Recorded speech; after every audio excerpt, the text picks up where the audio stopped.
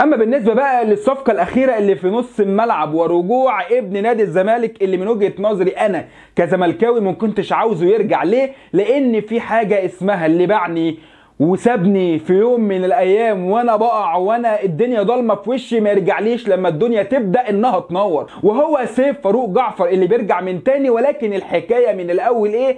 ان سيف جعفر الدنيا كانت ضلمه في الزمالك، الدنيا كانت مغمقه على الاخر، مشاكل اداريه وفنيه والدنيا بايظه، وجمهور الزمالك كله مش طايق حتى يشوف مباراه للزمالك. ولكن سيف جعفر بيخلع وبيقول اروح اشوف مصلحه او مصلحتي في حته ثانيه. وفعلا سيف جعفر اللي بيشوف مصلحته في حته ثانيه وهي في نادي بيراميدز. وهنا لما شاف مصلحته ماليا، ما شافش مصلحته فنيا. فهنا الزمالك بدا انه يعمل صفقات وبدا يشوف النور وبدات الدنيا تروق داخل نادي الزمالك. لكن هنا سيف جعفر لقى ان الوضع بقى حلو في الزمالك، فليه لا ان انا ارجع من تاني. طبعا دلوقتي في عرف الكوره لا في حاجه اسمها مبادئ ولا كرامه ولا الكلام الحموسي ده. انت يا معلم دلوقتي بتعمل مصلحه تبادليه، 1 2 ابصيلك مصلحه او تبصيلي مصلحه على طول. ولكن هنا ما بتكلمش فنيا، لان سيف جعفر فنيا هو لاعب موهوب ولاعب كويس ومؤثر. ولكن لو بنتكلم بقى كنادي الزمالك ككرامه ومبادئ ولاعب باعني وخني وسابني وانا بقع، فسيف جعفر ده ما يعديش من قدام بوابه نادي الزمالك اصلا. وزي رضا البحراوي بيقول اللي ما كانش معايا في الطوب والخرسانه ما يدخلش الفيلا وهي عمرانه.